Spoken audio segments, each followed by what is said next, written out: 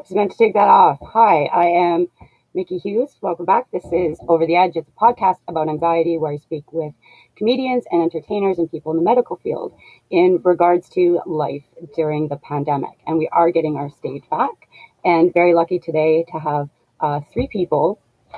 And I did this all by myself. I'm going to bring them up. We have got Amber, Ale, Jimmy Wiggins, and Ms. Molly Poppinz. I think I'm supposed to say it with an accent, but I didn't. But here, I didn't say it right. I was supposed to.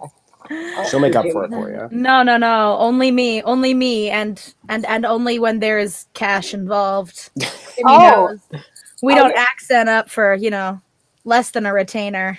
Oh, so I can't get you to do it. Can I get you to do the Wish version of it? Can you do it let me try. I try to break into it really, really fast. It's so silly because if I'm not all prepared for it, I spent a whole day getting into Molly, but it's I don't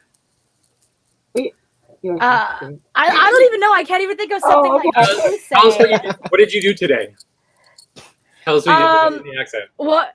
I went to the shops and I bought myself some new books for story time with drag queens. And then I took the kidlets out and we got some sushi, and that was quite lovely. So yeah.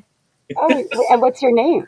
My name is Ms. Molly Poppinz, the only faux UK queen in Thunder Bay, Ontario. Because why?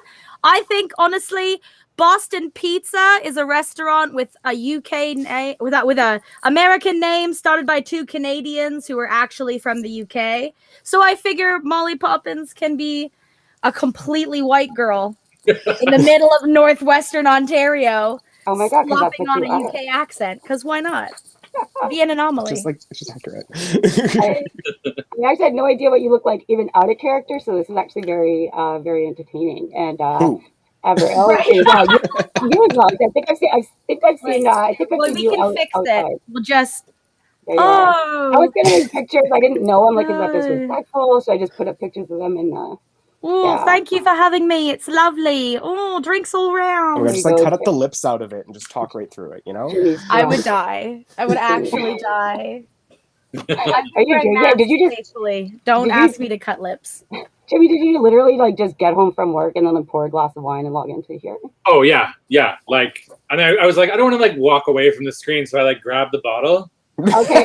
now I don't feel so bad about making the captions for you when you were going to be late.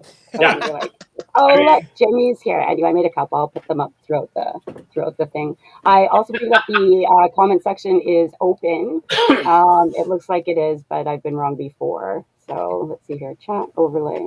See what happens. Yeah, I don't know. Honestly, it can't be worse than anything that we've ever said to each other over the table watching RuPaul's Drag Race together. Well, you guys are coming. So you guys are out of the coming out of the pandemic. I'm a comedian. It doesn't matter. I don't work with people anyway. So you guys are doing I started a podcast. You guys were doing drive-by drag shows. Yep. Those are fun days. Yeah. Well, I thought you guys just had that idea at the end, or was that your answer to just getting yourselves out there? So it was put on by Thunder Pride, and we did it last year because we had all this stuff planned. When I was part of Thunder Pride, we had all these events planned, and COVID was nope, fuck you. So within a couple months, I started seeing it happen in the States. And I was let's fucking do it here. We can't do. Virtual events are fun, but it's not the same as an in-person drag show. It's just not. So we did it through them, and it was awesome. The response was really good, and we did it again this year. Yeah, I saw it in the paper. I thought that was amazing, and it looked like it was a lot of fun, and you guys got out there. Heck yes, which is great. Sorry.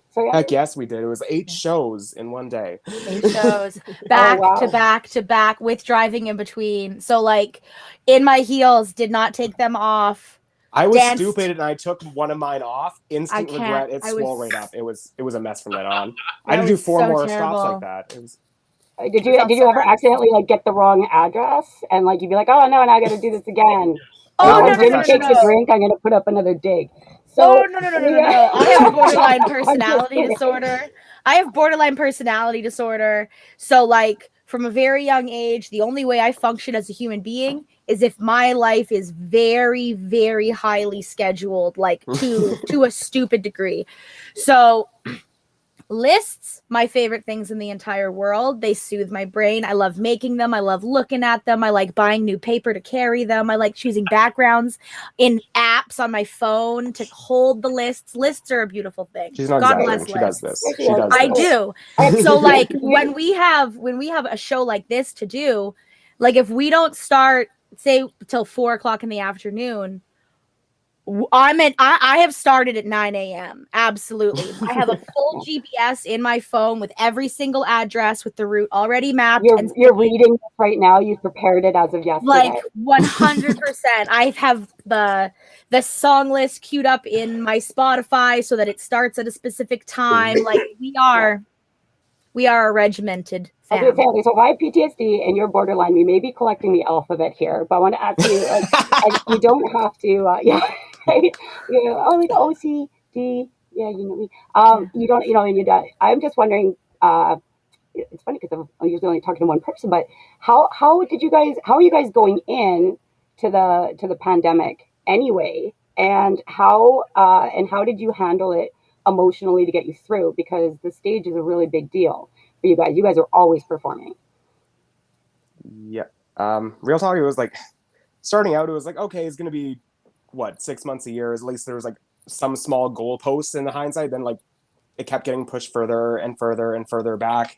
And as we went further along, but like definitely realized just how much drag was like an outlet, and just having that stage space, having just the space to just be able to like, express your vibes, express your feelings through your art form and all that good jazz.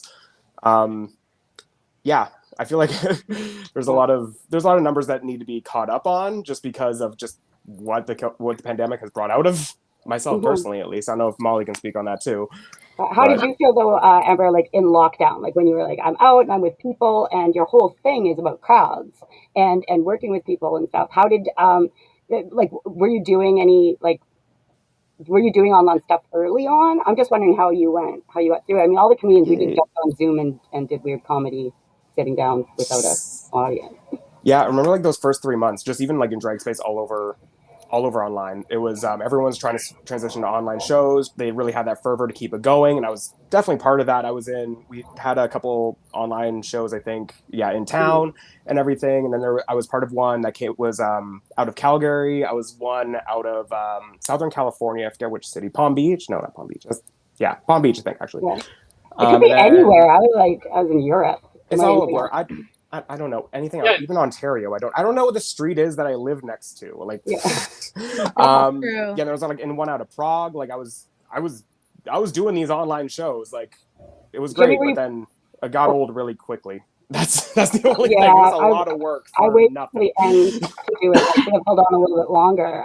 Jimmy, were you planning events as a promoter? Were you starting putting events? I usually work till like 3 to 6 months in advance. And I had all these big things coming up, like end of May is usually like the cover show, which is one of the biggest events that I do, and everything was cut out. June is Pride. We always do like a lot of stuff in Pride, and like nothing, like fucking nothing.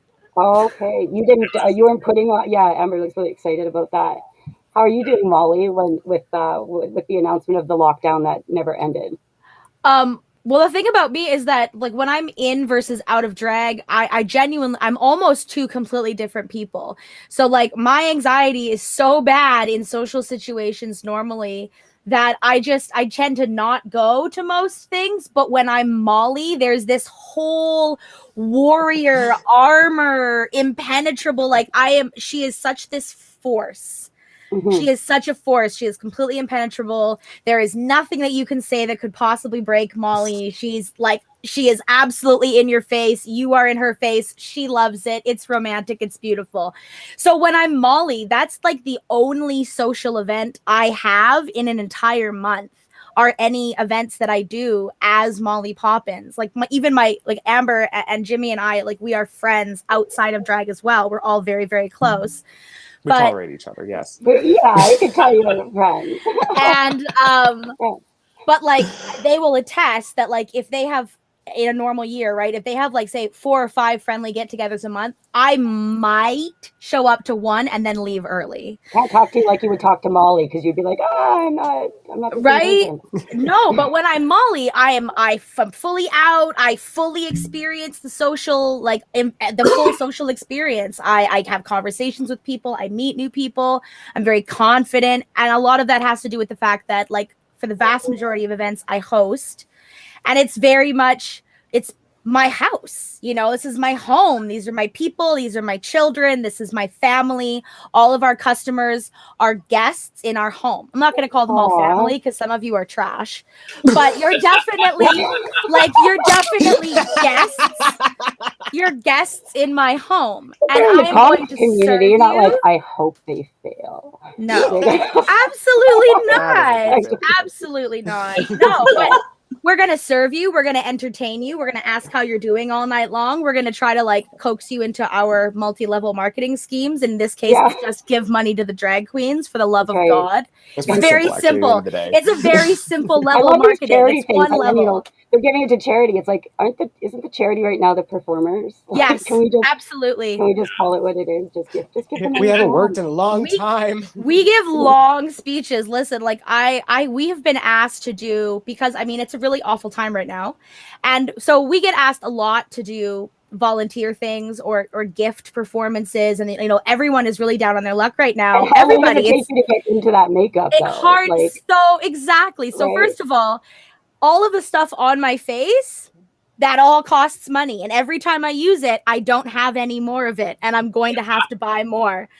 That costume hurts to put on. I am in physical pain every single time I am in drag, and you bleed for your craft because you love it. The wig is in your face. The makeup is 2 inches thick. The corset is pulled as tight as it can be. You're in heels. You're in a character, so you know you've got all of your mental guards up. So you're like on. At the end of a drag gig, I have to sleep for like 3 days because I'm so peopled out. Because I get all of it out. Like it's a week off. Don't ask me to do anything. I was in drag last weekend. In June, June normally is like 9-12 events in a month, and normally like in Thunder Bay, like we wish we were doing an event every single week. Absolutely, don't get us wrong, but reasonably in order to make each event like worth 5 months, you're just like but in June, like move, bitch, everybody. Every 2-3 days, and then July we sleep like we hibernate like bears. Bears. So other industries do that too, because I know, with bands, it's like, hey, you'll get some exposure. You're like, great, pay for my gas, right? And comedy, and clearly in your industry as well. Who's watching my kids while I do this event for you? Who's making dinner? Who's watching your kids right now? Should I be concerned? My husband. Thank God. Okay, just. I work with like a lot of artists, like in my day job and whatever, and musicians, like visual artists all across the board. They feel that they get taken advantage of because like you do art because it's a passion, but then people take advantage of that. It's like, well, you're doing your art, so you should just be able to freely give it away to people. And it's just like, well, no, if you want me to to grow as an artist, I'm sorry, like my taxes account, you'll be that's great exposure for you. I started doing my own shows because I was in a band, and the promoter, like one of the only promoters in town, would pull that all the time. We would, like, my band would play, we would pack the house, they would leave after, maybe not necessarily leave after the show, but it was obvious that we had the biggest crowd. And then he would like throw us $10 as if like, and we had to like beg for it. He was just a fucking asshole. So I started doing shows myself. And yeah, I don't believe anyone should ever play or perform for free unless it's like a charity event or like something like that. Like Oh, Amber and I during Christmas, we helped out with the youth inclusion movement, and that was so much fun and so rewarding because we were outside. She was dressed like the Grinch. I was like drag Mrs. Claus, which adorable.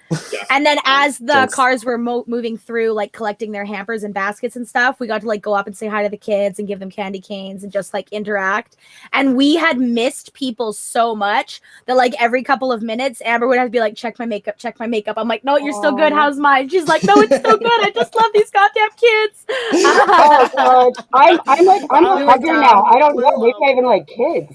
Like I'm a hugger now. Like, do you remember? No. Like, so I remember like my first hug after it was like 2 months, and my friend Vera, she hugged me and she squeezed, and I was like, oh yeah, and she's like, no, and she kept holding me, and I felt like I was in Goodwill Hunting. Hey, it's not your fault. She just hugged me. I was bawling. I started crying, and she's like, there you go. Like, and the Grinch's heart grew 3 sizes that day. This is stupid. Your hair smells bad. That's me. I hate it. Everyone's like, I can't wait for the end of the pandemic so we can all hug. And I'm like, just for the record, I love these posts that are absolutely littering Facebook and everyone's Instagram walls. Like, as soon as I get out, I'm going to hug you, girl. Don't try to fight it. Just for the record, like straight blanket statement to everyone. I am still not a hugger. Okay. That hasn't changed. There are 4 people. There's 7. There are 7 people who are allowed to hug me, and I gave birth to 4 of them. So, like, it's a short list. It's a short list. I guarantee you're not on it. Don't hug me. I've already been out twice. I'm ready for another lockdown. Like, I'm good. I went grocery shopping today. Bring on another one. I agree. Sorry. I just agree. Lock it down again. Like, my lifestyle didn't change. I just kept playing video games the entire time. Like, no, apart from you're like the Call of Duty champion right now. Open it all up. I need to fucking make money. Yeah, no, open it all up. Open it up. Hey, I've been an essential worker the entire time, so double vax. Yeah. I got the double. Team you got Pfizer. Double. Team Pfizer. Mm-hmm. You guys got vaccinated too, yeah. There was some really dumb claim, like now researchers are like rushing to disprove it just because it sounds so stupid. But some woman on the internet is like claiming that Pfizer is like absolutely has made her boobs bigger. Like, I can't afford anymore, so I'm hoping that's not true. Like, I'm good. So if anyone else wants that, if that's a side effect, you can have that. But yeah definitely vaccinated. Oh, and we see what's happening in the States right now. And I do ask, and I've been told like, oh, it's rude and it's uncomfortable, and people that don't get vaccinated and stuff. But I'm curious, right? I accidentally ended up with an anti-vaxxer. I didn't know. I should have asked her before I brought her on. Yeah, and I was polite and I listened, but then a whole episode got pulled, and I got a warning I got a YouTube violation. I'm like, what the fuck is that? I already got kicked off of TikTok, like YouTube, right? Like, happens so quick. Yeah, it did. They just pulled it down, and then I did another video. It was just so stupid. I just got my YouTube channel, so I did my thing, and I got 2 things pulled in the same week. Anyway, whatever. Okay. Did you guys start TikTok accounts or YouTube channels or? I started TikTok right at the beginning of the pandemic. Like, we hit the first lockdown, and I was like, I suddenly have nothing to do. I'm gonna start a TikTok account, and that has honestly that's been such a good outlet because it's such a fast response. It either sinks or it swims immediately. Like, in 24 hours if that material is gonna take you anywhere, and if it doesn't, you just pull it and you try something new. Exactly. Like, I would put stuff up and I'd be like, this is going to break the internet. And I'd be like 77 views the next day. Like, and I post like some stupid duet, and it's like, I spent 8 months begging my beautiful best friend to join TikTok. I'm like, sweetheart, you are everything the algorithm wants. It's perfect human. Your humor is the exact kind that it wants. You look great. You sound fantastic. You got a cute baby. Like, you'll do great, sweetie. You'll do great. She joined and like almost overnight surpassed me, like doubled as many followers as I have. She does videos on there that have like 10 million views. Really? I see. That's all I want. I was like, I want 1 million. I want 1 million. Then I got the video with 1 million, and then I got bored of it after that. Yeah, I was like, I shouldn't have set an attainable goal. What was I thinking? She's only been on there like 8 months. She has 27,000 followers and like 5 million views, 5 million likes. I don't like her. Yeah, no, right. Just kidding. I'll follow her. I love following she's beautiful. I'm not even. I know. I'm not gonna go on. What, Jimmy? You have nothing to give. Get on. Your work is behind the stage. I don't like change. Yeah, I don't like change. I don't like it. My Instagram, it's not dead. Screw you guys. It's still cool. It'll come back. That and my LinkedIn. I'm gonna be huge. I'm still on Instagram. Yeah. Darn it. I'm working hard for those 400 human beings. TikTok's the only one you use? No. Oh, Insta's the only one I use. Oh, Instagram's the only one.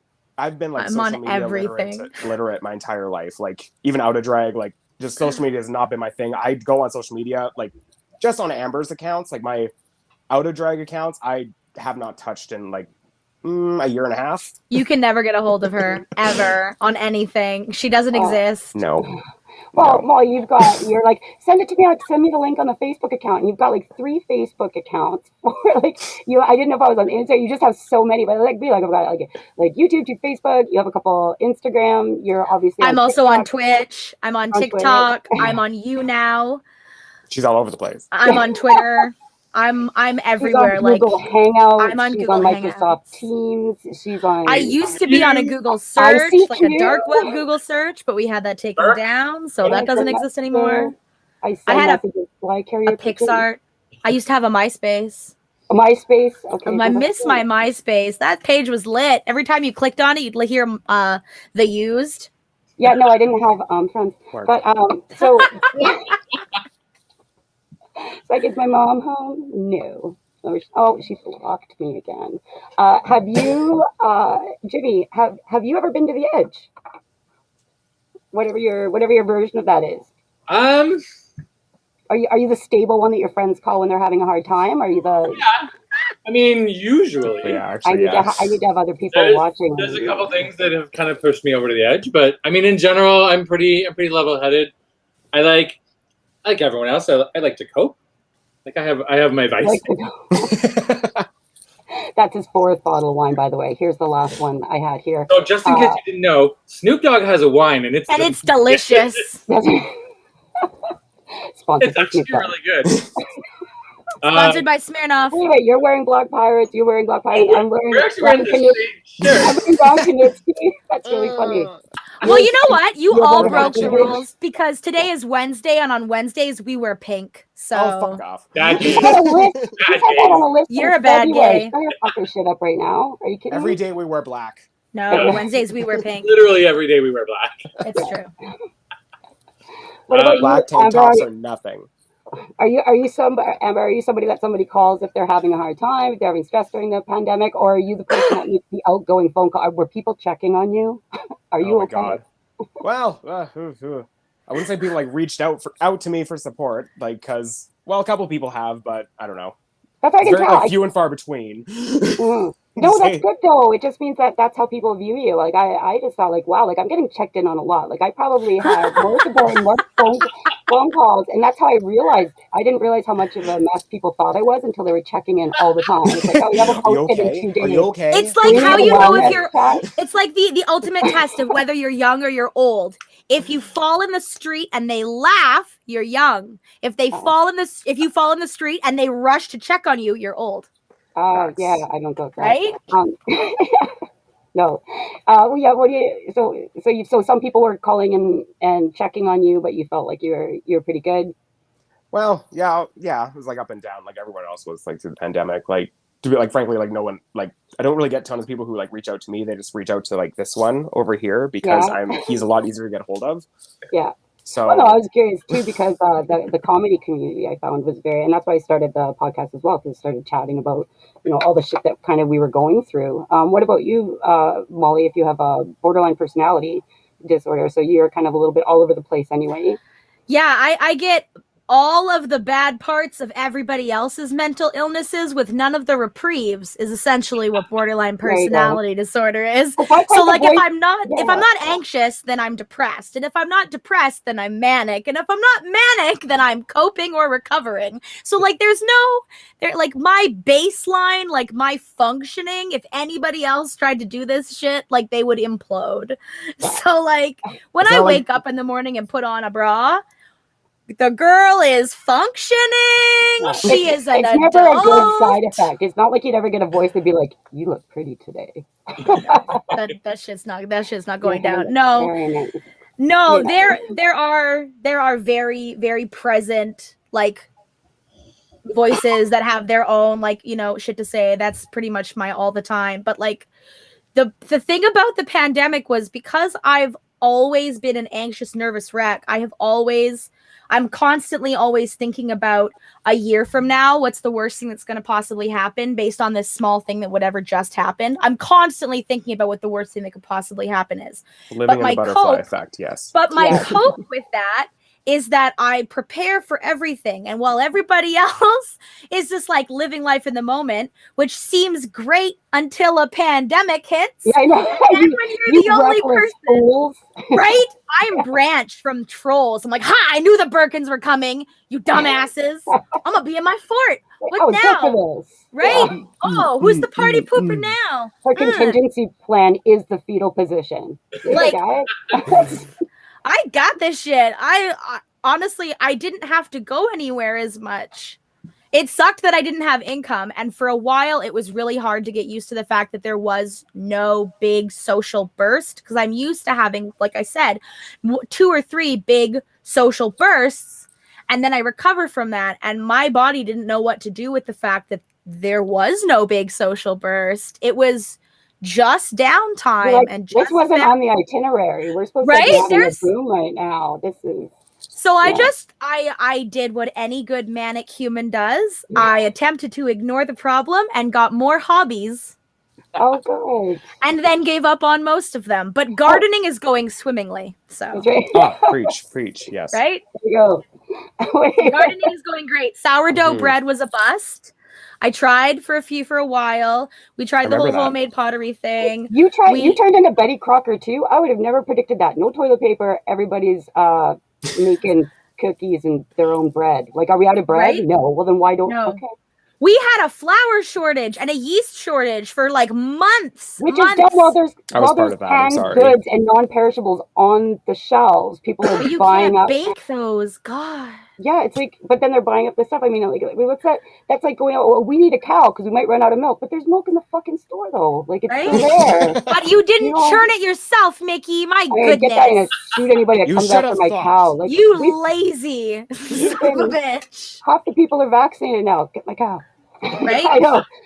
Chickens under your arm running across the street. Pandemic. That's a genuine retirement plan for me. So I'm here for a cow and a couple of chickens. I want a big gay commune with a community garden, and like a rave hall at the center right next to the community garden. If there's not a dozen disco balls hanging like all over the entire place, I just want like me and my 20 closest friends, like groupings. And the 7 that can hug you, except for that one if she doesn't apologize from last Christmas.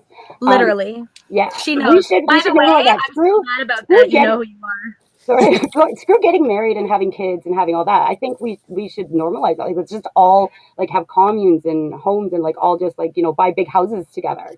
I did get married and have kids though. I want both.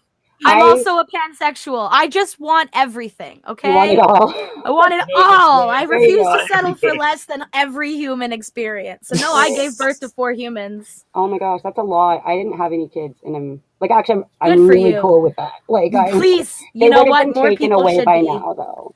So. My favorite friends are the ones who, at a very young age, were like, you know what I hate? Human beings. You know what I don't want to make more of? Human beings. And those are some of my best coping friends. Like they're doing great. They're doing just fine. Would you guys ever try bat soup? Try what? Even if it's from Wuhan. Bat soup. What else is in it? Yeah, I was gonna say, is there like some chili? Is there? Can I smell some garlic and like lemongrass coming out of it? This whole thing started. It could have all been avoided if that asshole in Wuhan would have just ordered the Beyond Bat soup, right? But no, he ate bat soup. If that's where we're thinking that it came from, like, does that maybe put you off bat soup forever? Honestly, I'll try everything once. Yeah, okay. I'm gonna try. I'll try pretty much everything once, except I have a genuine moral issue with shark fin soup. That's pretty much like the only line I don't cross, really. Like, I'm not gonna eat babies, but that's about it. I'm not gonna eat babies. That's a good line. That's a good one. Yeah. Baby humans, clarify. Baby goats, delicious. Baby sheep, delicious. I won't baby eat veal or turkey because I just won't. to just because, you know, I think all the That's animals fair. are kind of going. I got stuck behind it. Well, there was like a truck that was transporting turkeys. Oh, I got attacked by turkeys on my grandparents' farm. So we have a deep hate on for one another. You just like stab them with this. I was chased down by two very large, very in charge, talon wielding turkeys who were like hell bent on world domination and my imminent destruction. And then I had a terrible run in with a couple of roosters when I was trying to collect eggs. So like I'm really good with consuming as much poultry as possible, no matter how young. It's for the world, really. I'm doing it for the rest of you. Those are called raptors. They evolved from raptors. That's scientific. It's actually called vindictiveness, but that's okay. I'm doing this for you guys. I'm doing this for you. Also, it's delicious. It's delicious raptors. Yeah. I just love Jurassic Park so much. Jimmy, when's music coming back? When are you going to have some bands on stage? And so we actually bands. I don't know yet. Like Black Pirates, I'm not 100% sure when they're going to open or when they're going to have stuff on stage. I know there's like owners kind of mentioned like kind of how he wants to do things. But I mean, as far as drag, we already have a drag show booked for tickets right now. Good. So it's at. So we're doing like.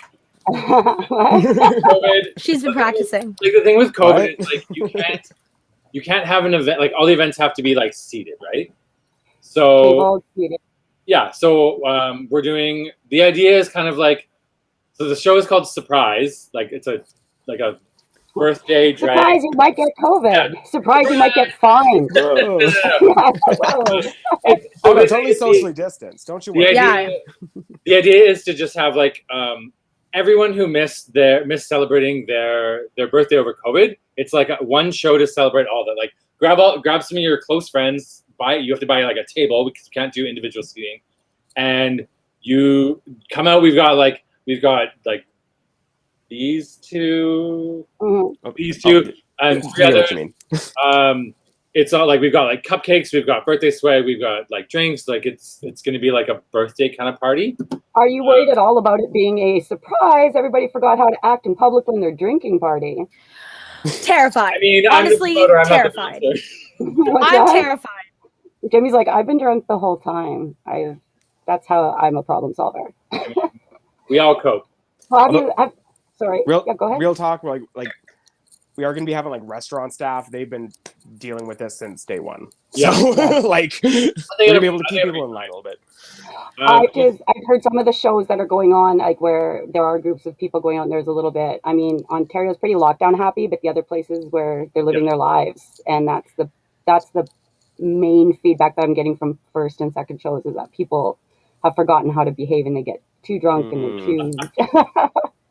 Well, are we taking notes? Let's take some notes. I feel never, ever had a problem telling a guest who is misbehaving that they are a guest who is misbehaving. That's something that people come to like our shows for and expect of Ms. Molly Poppinz as a host. I've never ever done an event, even once, where Ms. Molly Poppinz was like super sweet to everyone in the audience and didn't call anyone out on their shit.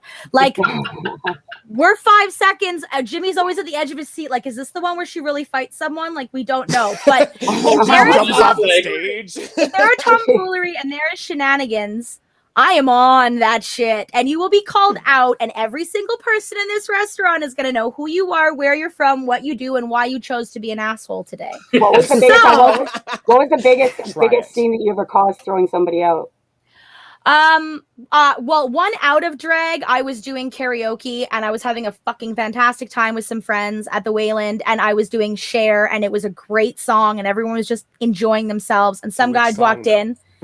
I was doing Gypsies, Tramps, and Thieves. Okay. Yes. Anyways, as you were. Sorry, I was just curious. Blessed. No, it's worth mentioning. That's a great tune. It's a great song. Thank you. And he came in, and like as soon as he walked in, he was like, "Oh, Share, boo, Share, no!" And he came up and started booing like right at the base of the stage. He was obviously already drunk. He came up onto the stage, attempted to remove the mic from me. Oh, geez. And in one fell swoop, I took I continued singing. I did not miss a single note. We were in the middle of a chorus. I took back my mic, kicked him in the balls, threw him off the stage into a table. Again, didn't miss a beat, and then got down off the stage and started like dancing around him, like while he was lying on the floor. You made it part of the show. People were like, "Did you plan that?" Really? Like exactly. So I got off the stage, and people were like, "Did you like ask him to come in and do that?" That was hysterical. No. And I'm like, "No, that was literally just a drunk heckler, but I'm a professional." No. I'll show you how we kick people in the balls around here. And then definitely one time, like at a drag show, we had a small group of ladies who were really enjoying themselves. They were really feeling their own oats, and they were getting very, very handsy with a lot of our performers. Like everyone was grabbing crotches and like rubbing people's legs. And I had to come out, and at the beginning of every single show, I do house rules. It's part of a Wiggins Productions show when Molly hosts, is that we always do house rules. And one of my first rules is that this sacred wooden space is my stage. And unless you are receiving a paycheck from the runner of this show at the end of the evening, you have no ownership to this stage, and you have no ownership to these performers. So like, you keep off my stage, you keep off my performers. It's very, very clear. And they were awful. And I mean, I had to go up on the mic. I read them for filth. I asked them where they were from, made a bunch of nasty jokes. It wasn't kind. Someone attempted to throw a drink on me, but again, she is very fast. They threw it up. I threw it down. Covered in her. I tried to go up, and I just like tilted it. Like I was like, no. So she dumped it all over herself. She grabbed her shoes. She grabbed her friends. She left, and I was like, all right, and we're back. But could you imagine doing that with a band? Could you imagine being like, this is our sacred space up here. You do not, it's like a bubble. You do not pass that long. Could you imagine? No. A bunch of comedians, you stand right here. Nobody is allowed. But that's the thing. Only, I need Molly doing security. I'm here for it. Everything. Good. She's real good. Back in the bar days, all of my girlfriends, I'm pan, so I'm not straight or anything, but like all of my girlfriends, if we were all going to the bar, one of the first people that they would call was me, because the rest of the chicks, even if it's a girls' night out, the rest of the chicks have a bouncer on their squad, like 24. I have kicked people out of bathrooms. I've pulled people off of people. I've thrown people into the street. I've escorted them back to their car. That's like pre-party at your house even before you go out. You know? Yeah, I'm very organized. Yeah, clearly. Very organized. There's always snacks. Like, I'm a good party friend. Amber, what do you think is the is a positive that's come out of the pandemic for the entertainment industry? Ooh. In your opinion, like what's some of the a positive? Oh God. Ugh. Okay, that's the hard one right there. Yeah. Probably just the chance for like a little bit of like a reset. You know what I mean? Because like if you actually have the time to like for me as a drag queen, if I have the time to actually like take a year and a half off of doing live shows, I can actually potentially start working on other looks that, you know, require a little bit more investment. I'm not necessarily just focused on what's going to happen 2 or 3 weeks from now. I'm focusing on what's happening a year from now. If that makes sense. Yeah, no, Molly and I get it. Yeah. And what could possibly happen? But we all couldn't be like Bo Burnham kind of fucked shit up for the rest of us, right? Like nobody can say I did this during the pandemic. He made a. He's so good, though. What a jerk! I love like it could be like, dare he? Closing my TikTok account. All right. That don't overthink it. Just close my eyes. That. Don't be scared. Don't be shy. I listen to that like every single day, and I'm like, you get it. You get it. You're on the level. Out of a drag Bo Burnham special. I'm just saying. Keep your eyes peeled to upcoming Wiggins Productions shit, because that is in my playlist and it is beloved. So like we're gonna bring some of that to you for sure. Hold the phone up to the heart. For sure. And my Spotify playlists are everything. And if anything happened to my phone, I would die. That's actually the 7th. The phone is the 7th person that she just didn't name them. It's a phone. All right, it's the 8th. There, see? That's it. Actually, and my stuffed Grogu also gets hugs. So, but that's my evening companion. He's my buddy. Yeah, I was, from The Mandalorian. Oh, yes. Everyone calls him Baby Yoda. I was happy to say Baby Yoda. I wasn't going to say no Grogu. Yeah. Yeah, no, my little baby Grogu. Jimmy, were you able to get some good networking in? Did you find like just working online and stuff instead of Like during the pandemic? Yeah, were you doing any? Honestly, not really, because it was like all the people that you email like regularly, semi-regularly, like no one's doing anything, right? Like I have no like another promoter or a booking agent or whatever has no reason to contact me because the whole world is on pause. So if anything, it like Jake said, it's kind of like, or like Amber said, it's kind of like a reset. Like it's everyone gets kind of like shut down and then kind of to gets a chance to rebuild or like regroup. Do you feel motivated to get back, or do you think, oh, I'm just lazy? Oh my god! Oh my god! I've been planning. I have like half a dozen shows done already. Like nothing is like out, but I have. Oh, it's in Excel though. It's in an Excel spreadsheet. Yeah, it's on a calendar. Poppinz color coordinated it. So absolutely, I am. Trust and believe. Like post-it notes. How Molly likes lists. I fucking love lists. I have lists all over. Like, all over. My life is just like a never-ending. It's like a to-do list that just never ends. It just carries over for the last 30 years. Like he's not lying. Yeah. Are you worried at all about this this variant thing that's coming through? Do you think because they say there's not going to be another lockdown? You're right, there can't be another lockdown if they never open everything back up. Are you watching the news or worried about it kind of coming closer?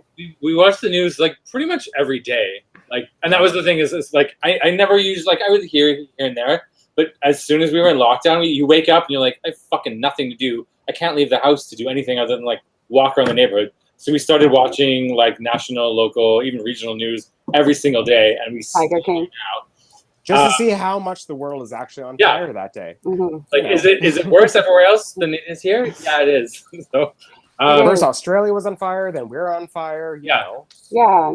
I mean, Australia, talk about like nature's D student right now. It's like, yeah, they beat it. Like they beat it. Yeah, they now did. They're dying and they're flying. Yeah, they're like, you're an island though. They're not though. They're back into another lockdown. Yeah. I know. That's what I'm like. They were like 8 months. They were like, what COVID? We didn't even get COVID. What do you guys? They had concerts. They were they were going to the clubs. It was totally normal again. Every time anyone anywhere was gonna like anti-mask me, anti-lockdown me, anti-anything, I was like, so what you're saying is you really wish you could be at a concert right now? Yeah, it's stupid. I'm like, and if you and all of your stupid friends had just worn the mask, got the vaccine, washed your goddamn hands, and stayed home, we would have been in bars too. This is like you're the reason. I'm setting my house on fire. Right?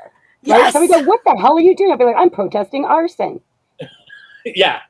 Exactly. I'm fucking for virginity. I am like anti, fire. You're like, oh, put it out. No, let it burn. See what happens, right? Like, or it's you never know. It's what are you doing? And then of course with that you get the people who run down the house and they're like, hey, are you helping Miki put out a fire? Yeah. What about my house? I know. What about my house? Your house is sitting on fire. Your house on fire? Well, no, but all houses matter. Why are there any fires at my house? Last spring? Yeah, but it's on fire now. We don't. Like that's not what the problem that we're talking about. Yeah, exactly. Yeah, the world's on fire and some people are dumb. That's the 2 lessons we've learned. Most. Oh no, the picture's dropping. Okay, no, actually it doesn't really matter. It's just the sound, and you guys all sound great. So I guess the last question, what I ask everybody as well, like just kind of at the end, is what advice would you give to a really good friend, Molly, somebody that you would consider hugging, or somebody that you currently do hug? Okay. Jimmy Wiggins, the guy at the liquor store. I don't know, like whoever you're close to. I'm just kidding. I'm just ripping on, like literally no reason. Like I really. Is there what advice would you give to somebody if they called you and they're having a hard time and you wanted to just sort of talk them off a cliff, not off a cliff from jumping off it? You know what? That's really triggery. How about this? You just want to make them backing off better. the cliff. Like you know what I mean? Like, wish you would step back from that ledge, my friend. That's probably what I'm feeling. Molly calls you and she's like, my borderline personality is off the charts right now. I'm worried about things that are going to happen 6 years from now. Yeah. No, I think always the first thing I'm going to do is I first of all, I always tell them that I know that in that moment, because like when I have my panic attacks, when I am fully in the throes, it's not possible to know that anyone cares. It's just not. And trying to tell somebody that, like, you know, you're loved, you're valid, you're cared for, because that's the pit, that's the bottom of the place that you get to, is that it doesn't matter anyway because no one cares and I don't care. And it's completely inevitable. Honestly, the only thing that brings me out of it is this network of human beings that I love and respect. And if I know that I look at them and I love and respect them, and like, it's sad. Some people say, like, you know, you should be more independent. You shouldn't be so codependent. I'm like, and that's lovely for you and your normal brain that works the way that neurons are supposed to work. And I'm glad for you. Yeah, but for me, in order to survive, to get through the next day, I have to go, okay, look at this human being who I respect and admire and love and adore. They take time out of their day to talk to me and they tell me that they love me. So if I love them and I respect their opinion and their opinion is that I am like awesome, then there's got to be at least a little stock to that. Otherwise, do I really respect their opinion? And then I feel guilty for doubting my respect for my friend, which like tricks my brain into going, see, you stupid bitch, they love you. But like, it works. This is a whirlwind of emotion. It is a whirlwind of emotion. I'm a complicated person. There's like 12 conversations going on at every time. You remember The Matrix when he's like sitting in the room with all the television screens? And he's like, these are all the possible things that could happen. That's happening in here all the time. Yes, I think I'm under attack like all the time. like all the time. People smile at me on the subway. I'm like, I'm going to die. I know. And Amber, what would you tell somebody who is kind of stressed out? You're trying to calm them down a little bit. Like, do you have a go-to advice that you use, or? I don't know. I always ask them, like, what do they need at the time? Like, do you want someone to vent to? Do you want someone there? Do you want to be alone? Do you just like? Basically, at that point, like, I play a lot of video games. Here's going to be my analogy. I turn myself into an NPC, just a non-player character. I'm just here for you. I'm just here to support you in any way, shape, or form.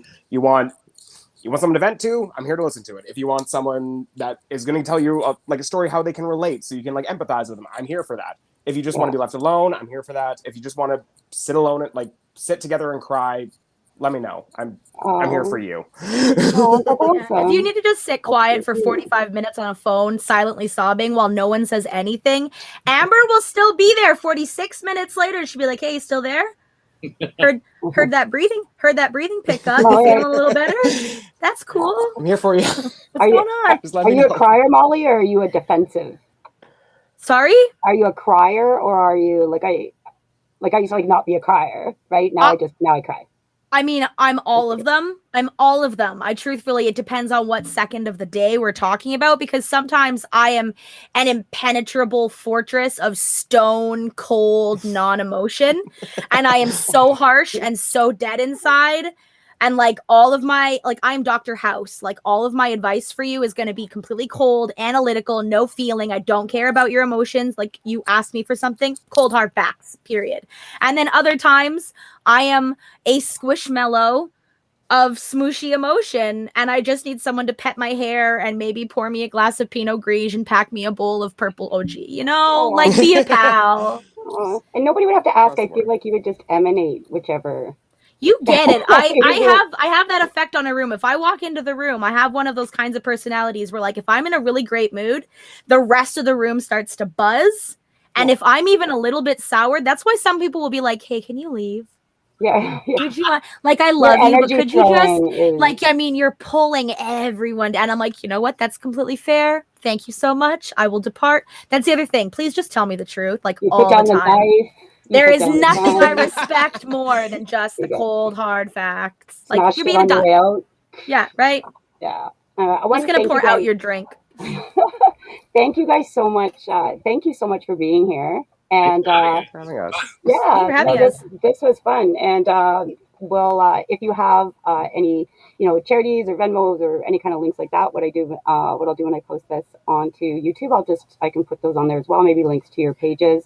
Molly, if you have all 14 itemized, if you send me, I'll put them in too. So maybe see my manager. Donate to Molly Poppinz or Amber Ale or Jimmy Wiggins. That will be a link that I can set up in about 20 minutes or so.